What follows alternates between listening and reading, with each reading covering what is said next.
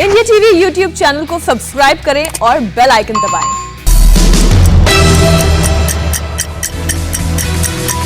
नमस्कार, सुबह 9 बजे की 9 बड़ी खबरों में आपका स्वागत है। मैं हूं ज्योति मिश्रा। देश में कोरोना केसेस लगातार घट रहे हैं, लेकिन ये केस सिर्फ देश के नॉर्थ और सेंट्रल इलाकों में कम हो रहे हैं। अब संक्रमण का ज्यादा फैलाव साउथ के राज्यों में नजर आ रहा है।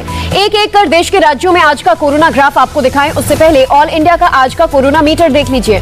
पिछले 24 घंटे में देश में 3,26,014 नए केसेस आए हैं, जबकि 3,52,850 मरीज रिकवर हुए। इस दौरान 3,876 मरीजों की जान चली गई। इस वक्त देश में कोरोना के 36 लाख एक्टिव केसेस हैं, लेकिन पिछले 24 घंटे में ही 3,52,000 से ज्यादा मरीज रिकवर हो चुके हैं। इस महीने ऐसा चौथी बार हुआ है जब नए मरीजों से ज्यादा ठीक होने का आंकड़ा रहा। 10 मई को नए केसेस जो आए थे वो 3,29,000 थे, जबकि उसी दिन 3,55,000 लोग ठीक हुए थे।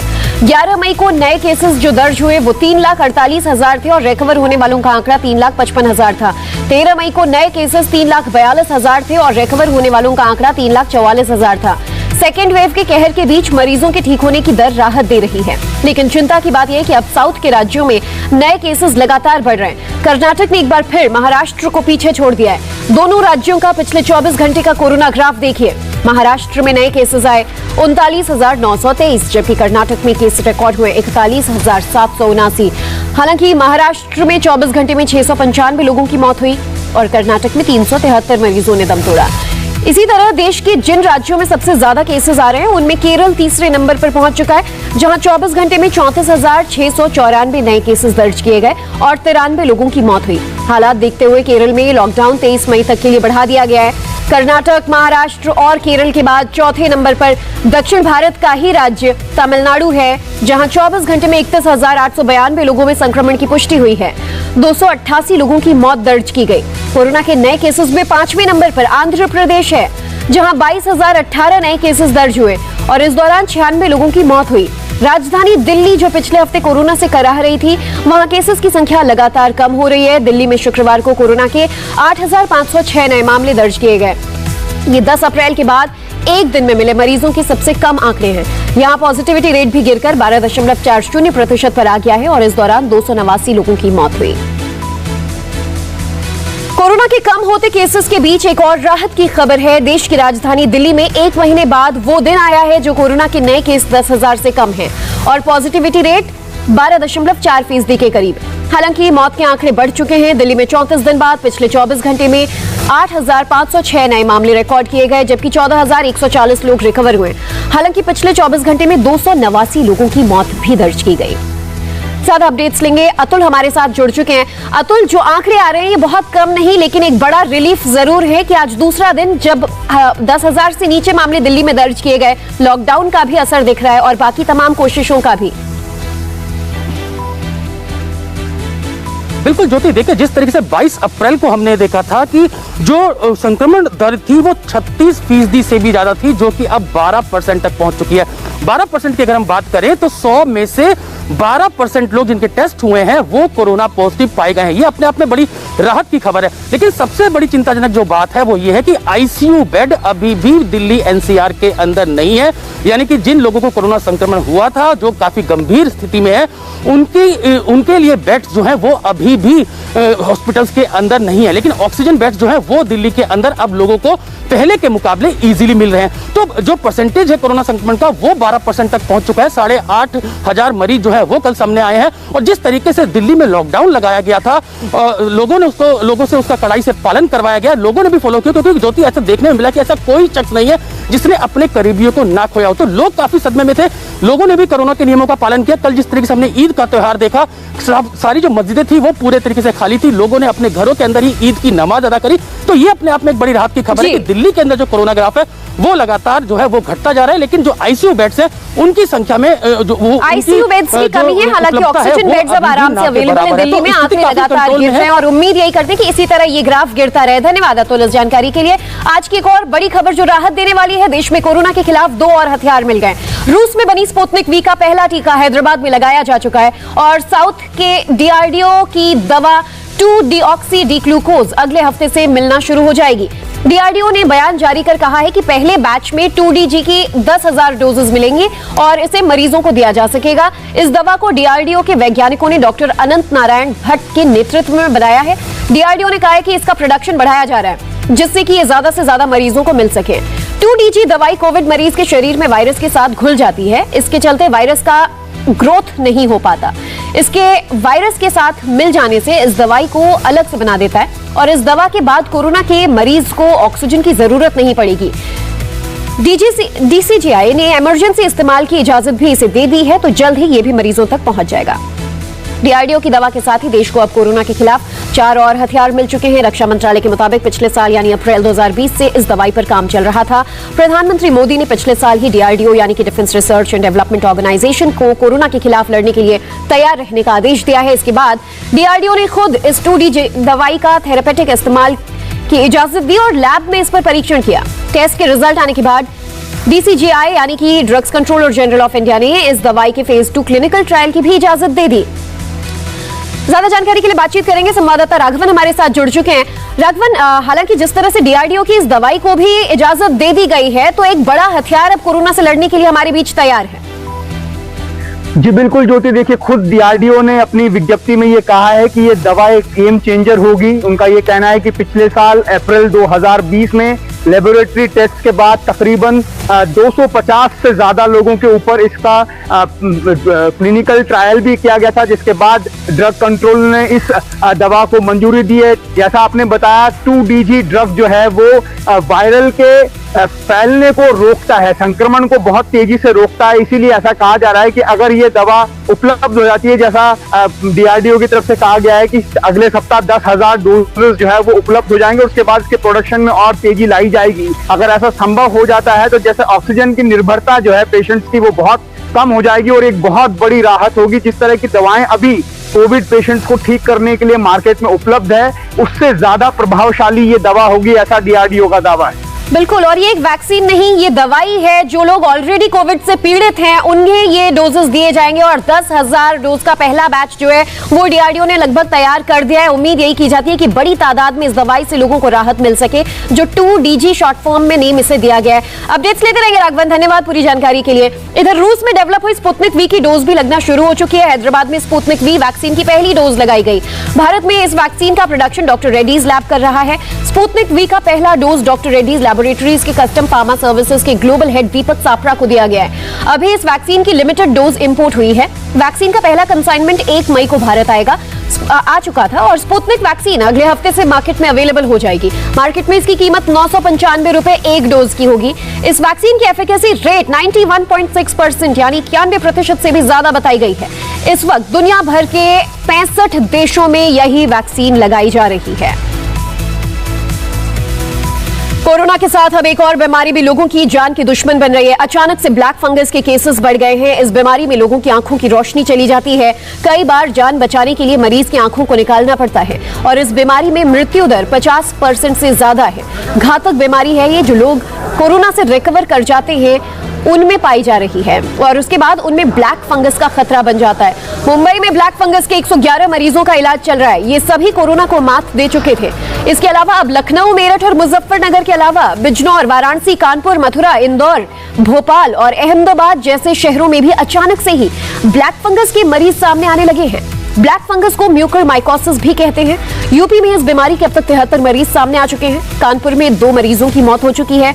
मथुरा में 2 और लखनऊ में 1 मरीज की आंखों की रोशनी जा चुकी है। ये बीमारी लाइलाज नहीं है, लेकिन अगर वक्त पर इलाज शुरू नहीं हुआ, देर हो गई तो जानलेवा बन जाती है।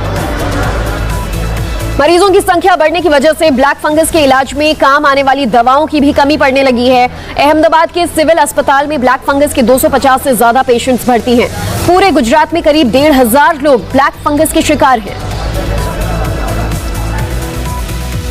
कैसी है आपके पेशेंट? बहुत खराब है। एक आँख यहाँ का दिखता था, अभी यहाँ कैसा ऐसा एक आँख भी चली गई, अभी दिखता नहीं है आँख में, तो खत्म हो गया एक आँख। कल भी वेट किया था, हमको कल भी नहीं मिला। आज भी कितने सुबह से वेट करते हैं 7 बजे से, अभी तक नहीं हुआ। क्या रहेगा आपको यहाँ पे ऐसा कल बोले कि वो नहीं है अभी स्टॉक नहीं है, ऐसा बोले। स्टॉक अवेलेबल नहीं है ऐसा बोल रहे थे ये लोग। अगर आप मार्केट से लाते हो तो हम उसकी पेमेंट आपको कर देंगे, लेकिन कहाँ से लाना है कोई गाइडलाइन नहीं। सर अभी तक तो एक भी मिला नहीं है, लेकिन डॉक्टर्स, हर एक डॉक्टर की अलग अलग राय है। हम जिसको भी पूछते हैं तो बोल रहे हैं, कोई बोल रहा है कि दिन के 3 चाहिए, कोई बोल रहा है 5 चाहिए, and it is according to severity.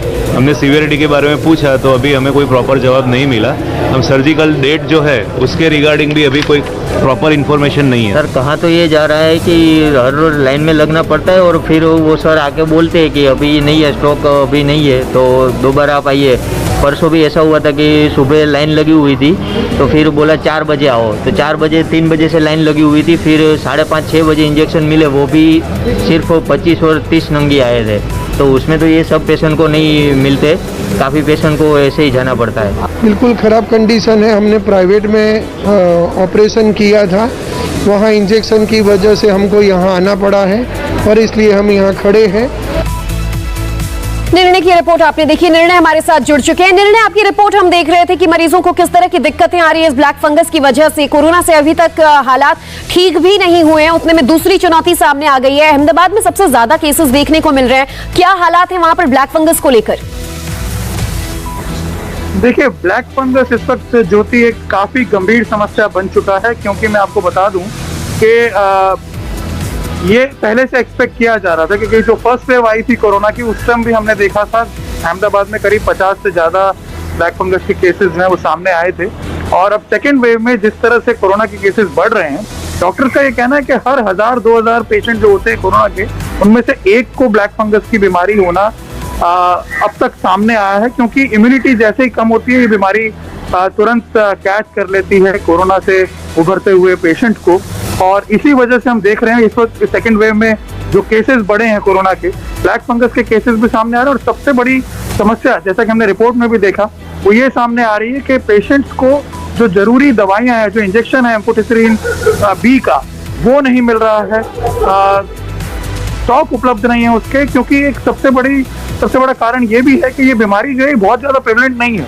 वैसे देखा जाए नॉर्मल सर्कमस्टांसेस में 20 लाख लोगों में से किसी एक को ये बीमारी होती है।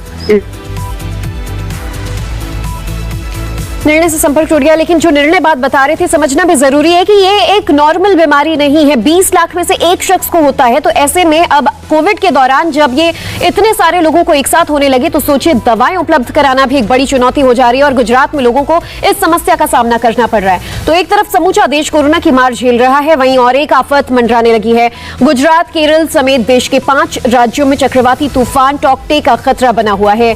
इस तूफान के 17 मई को भारतीय तटों से टकराने की आशंका है। इससे भारी नुकसान का अंदेशा भी जताया जा रहा है। राहत और बचाव के उपाय अभी शुरू हो चुके हैं। प्रभाव की आशंका वाले 5 राज्यों में एनडीआरएफ की 53 टीमों को तैनात कर दिया गया है। हर दल में 40 जवान हैं। तूफान की आशंका वाले प्रदेशों और लक्षद्वीप के लिए भारतीय मौसम विभाग ने आने वाले दिनों के लिए दिशा निर्देश भी जारी किया है। मौसम विभाग के अनुसार अरब सागर के ऊपर बना कम दबाव का क्षेत्र शनिवार सुबह तक बढ़ने की आशंका है। इसके बाद 24 घंटे के भीतर ये चक्रवाती तूफान में तब्दील हो सकता है।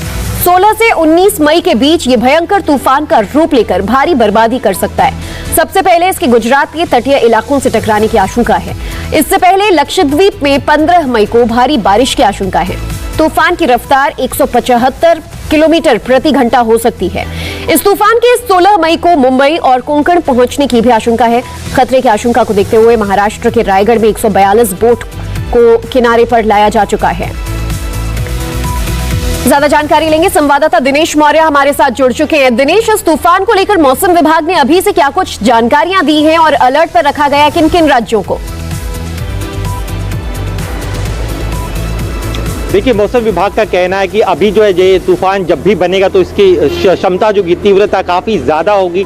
17 से 18 के बीच के दरमियान जो है ये टकरा सकता है तटीय इलाकों से, और ख़ास तौर पे महाराष्ट्र में इस तूफान को लेके बहुत ज़्यादा प्रिकॉशन लिया जा रहा है। उद्धव ठाकरे ने बाकायदा तमाम जो अफेक्टेड इलाके पॉसिबली हो सकते हैं वहाँ के जिला अधिकारियों के साथ बैठक की है। मुंबई में जो बीएमसी है उन्होंने जो है तमाम प्रिकॉशंस यहाँ पर भी तैयारियां शुरू कर दी। दमकल विभाग को कहा है कि लगातार पेट्रोलिंग करते रहे। मुंबई की जो मरीन पुलिस है उन्हें समुद्र किनारों पर पेट्रोलिंग करने के लिए आदेश दे दिए गए हैं। कुल 6 बीचेस है मुंबई में जहां पर पेट्रोलिंग जो है लगातार जारी है। इसके अलावा बीएमसी जो है नौसेना और कोस्ट गार्ड के साथ भी लगातार संपर्क में, अगर कोई स्थिति उत्पन्न होती है जब हालात खराब हो सकते हैं तो ऐसे में जो है सेना और कोस्ट गार्ड की भी मदद लेने की तैयारी बीएमसी कर रही है। इसके अलावा जो कोंकण का बेल्ट हो, चाहे सिंधुदुर्ग हो, रत्नागिरी हो या फिर अन्य पालघर के इलाके जहां पर समंदर है और जो इन समंदर किनारों पर जो लोग रहते, जो बस्तियां हैं, अगर तूफान टकराता है तो इन लो लाइन इलाकों में समंदर का पानी घुस सकता है। इसको लेकर भी जो है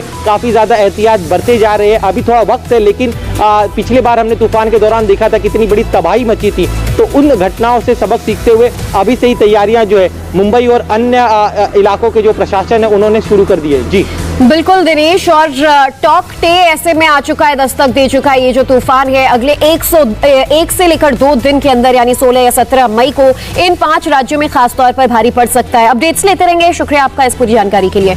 एक और बड़ी खबर उत्तर प्रदेश के चित्रकूट से आ रही है, जहां जिला जेल में हुई फायरिंग के मामले में सीएम योगी आदित्यनाथ ने कड़ा ऐतराज जताया है। प्रदेश के महानिदेशक जेल आनंद कुमार से 6 घंटे में इस पूरे मामले को लेकर रिपोर्ट मांगी गई है और तत्काल प्रभाव से जेलर और जेल अधीक्षक को निलंबित भी कर दिया गया है। ये फायरिंग 2 गुटों के बीच हुई थी। इस फायरिंग में जेल के अंदर 2 बदमाशों की हत्या कर दी गई थी। मारे गए 2 बदमाश मुख्तार अंसारी के करीबी थे। हत्या करने वाले गैंगस्टर को भी जेल पुलिस ने एनकाउंटर में मार गिराया। पुलिस के मुताबिक अंशुल दीक्षित नाम के एक कैदी ने बदमाश मिराजुद्दीन और मुकीम काला को मौत के घाट उतार दिया था। बाद में पुलिसिया कार्रवाई में अंशुल को भी मार गिराया गया। कोरोना के कहर के बीच अब आपको दिखाते हैं कैसे दिल्ली पुलिस जरूरतमंदों की संकट की घड़ी में मदद कर रही है। हमारे संवाददाता कुमार सोनू की इस रिपोर्ट में। दिल्ली पुलिस इस पेंडेमिक में जहां धोखेबाजों को पकड़ने में लगी है, कुछ ऐसे भी लोग हैं जो इस पेंडेमिक में लोगों की मजबूरी का फायदा उठाते हैं, तो दिल्ली पुलिस उन पर तो नकेल कस ही रही है, लेकिन मानवता की मिसाल बनकर दिल्ली पुलिस के जवान जो कोरोना से रिकवर होकर वापस ड्यूटी पे लौटे हैं, वो अब कोरोना पीड़ितों के लिए प्लाज्मा भी डोनेट कर रहे हैं। इस पेंडेमिक में जो भी हमारे पुलिस परिवार के लोग कोरोना पीड़ित हैं, उनकी पूरी मदद की जा रही है। किसी भी तरह की कोई भी परेशानी हम उनको नहीं होने दे रहे हैं, और जिसे भी प्लाज्मा की ज़रूरत है हर सिचुएशन में उनको प्लाज्मा पहुंचाया जा रहा है। आप अगर प्लाज्मा डोनेट करना चाहते हैं तो डोनेट कर सकते हैं। तो मैंने एक मानव धर्म समझ करके और इस मौके को मैंने नहीं समझा कि मैं इसे जाने दूं। इसमें जो भी हमारे कोरोना पॉजिटिव पाए गए पुलिसकर्मी भाई हैं, उनका जो हमारा कोविड सेल से डाटा है, उस डाटा से हम उनसे रेगुलर संपर्क में रहते हैं, और यह एक जो है विलिंग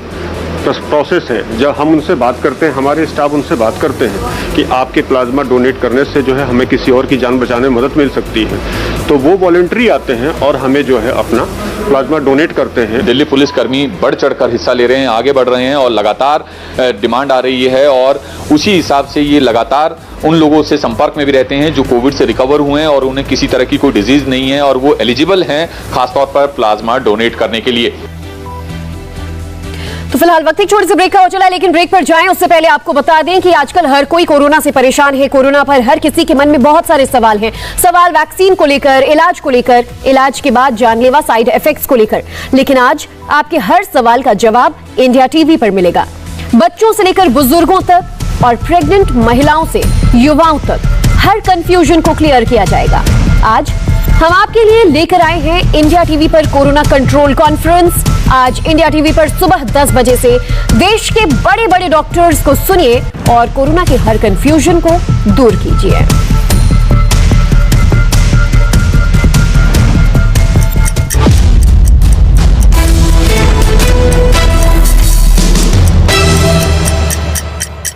इस वक्त की बड़ी खबर, जयपुर के कोविड अस्पताल में ऑक्सीजन की सप्लाई रुकने से 3 मरीजों की मौत हो गई है। मामला रूहस अस्पताल का है। अस्पताल में सिर्फ 2 मिनट की ही ऑक्सीजन सप्लाई रुकी थी और इससे 3 मरीजों को सांस लेने में तकलीफ हुई। हादसे के वक्त अस्पताल के वार्ड में 30 मरीज ऑक्सीजन पर थे। लोगों का आरोप है कि अस्पताल की गलती की वजह से यह हादसा हुआ।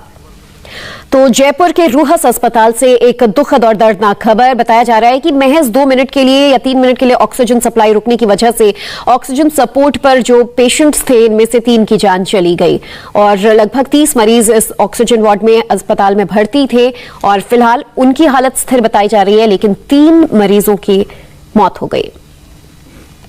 एक छोटे से ब्रेक के लिए रुकेंगे, लेकिन ब्रेक पर जाएं उससे पहले आपको बता दें कि देश कोरोना से परेशान है। कोरोना पर हर किसी के मन में कई सारे सवाल हैं। सवाल वैक्सीन को लेकर, इलाज को लेकर, इलाज के बाद जानलेवा साइड इफेक्ट्स को लेकर। लेकिन आज आपके हर सवाल का जवाब आपको इंडिया टीवी पर मिलेगा। बच्चों से लेकर बुजुर्गों तक और प्रेग्नेंट महिलाओं से युवाओं तक हर कंफ्यूजन होगा क्लियर। आज हम आपके लिए लेकर आए हैं इंडिया टीवी पर कोरोना कंट्रोल कॉन्फ्रेंस। आज इंडिया टीवी पर सुबह 10 बजे से लगातार देश के बड़े बड़े डॉक्टर्स को सुनिए, कोरोना के हर कंफ्यूजन को दूर कीजिए।